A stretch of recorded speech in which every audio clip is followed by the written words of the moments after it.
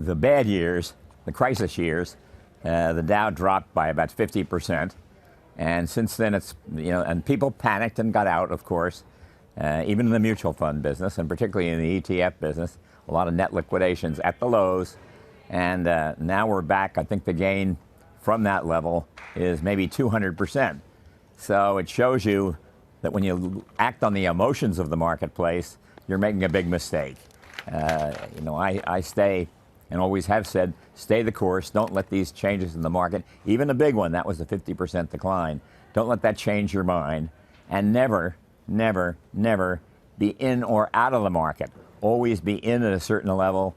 You may want to be 50% in the stocks like I am. You may want to be 75% or 25%. That's probably a decent range.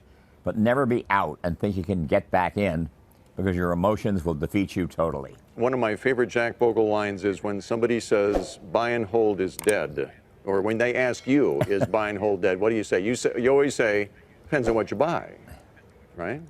Well, yeah, buy and hold for a stock is one thing. Buy and hold the U.S. stock market is quite a different one.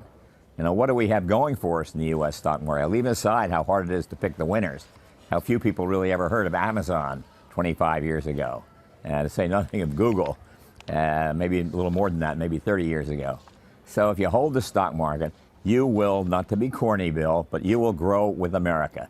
The correlation between the long-term growth of America's gross domestic product, so-called GDP, and the stock market is something like 95. But the annual correlation of those two things is probably 20. So, you're making a good long-term bet, but short-term betting is just not a good way to go. Jack, I want to ask you about what could possibly cause the next crisis, and I want to bring your attention to a note that was released by J.P. Morgan last week called the Great Liquidity Crisis, and in it they say that it's a massive move in funds to passive investing that could help spark this next liquidity crisis and in turn the next financial crisis. That there's a large pool of buyers out there that are mechanical buyers, and electronic trading desks at a time when volatility spikes tend to step away from the market, reducing liquidity even further. Do you think that the market structure as it is right now could contribute to this sort of liquidity crunch the next time we have a volatility spike? Well, to be honest, there are areas of the exchange-traded fund market in particular that could be very much subject to the same kind of pressures, liquidity pressures that you're talking about. When you get into the main part of the index fund market, the S&P 500, the total U.S. stock market, is not really conceivable because they are the market. And if there's a panic there will be a panic everywhere by definition. So I think to call out panic is more than anything else, I believe, an attempt to say, be careful of those index funds. And what they really mean by that is use our active management. We'll do better, even though they know deep down they will not. So I'm sorry, Jack, just to clarify, when you say certain exchange-traded funds, what kinds of ETFs are you talking about? Because most people are invested in the S&P 500 through general index ETFs. So which ETFs would you be concerned about? High yield is always a problem.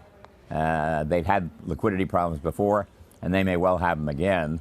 And what's interesting about high yields, and it's a statement about the market's tolerance for risk, is the yields on high yield bonds, or much of the spread between the yields on high yields and corporate bonds, are much narrower than they've been before. In other words, people don't think they're that risky, and they could easily get a very unpleasant surprise.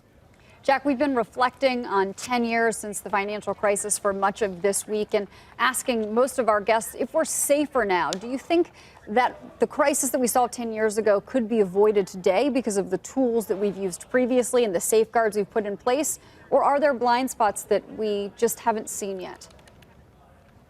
Well, there are always blind spots, or as I've said, the fog of the stock market. Nobody really knows what's going on. That particular crisis may or may not come again, a liquidity crisis in the financial system, although it could, because debt right now has gone way back up. And things like student loan are probably double what they were then. Housing, usually home equity loans, are back up to where they were then. Real estate prices, home real estate prices, have come back to the exact level they were way back in in 2009 2006 before the crisis started. So it can always happen again.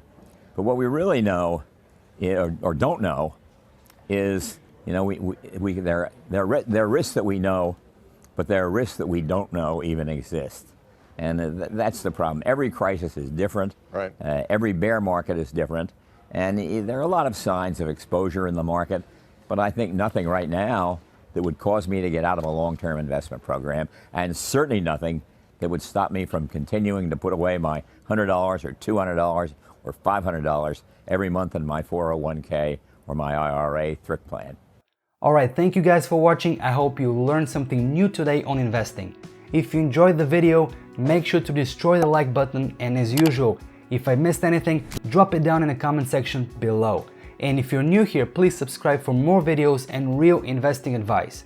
Check out some of my other videos from my investing playlist where I talk about the most important topics and teach you what to do.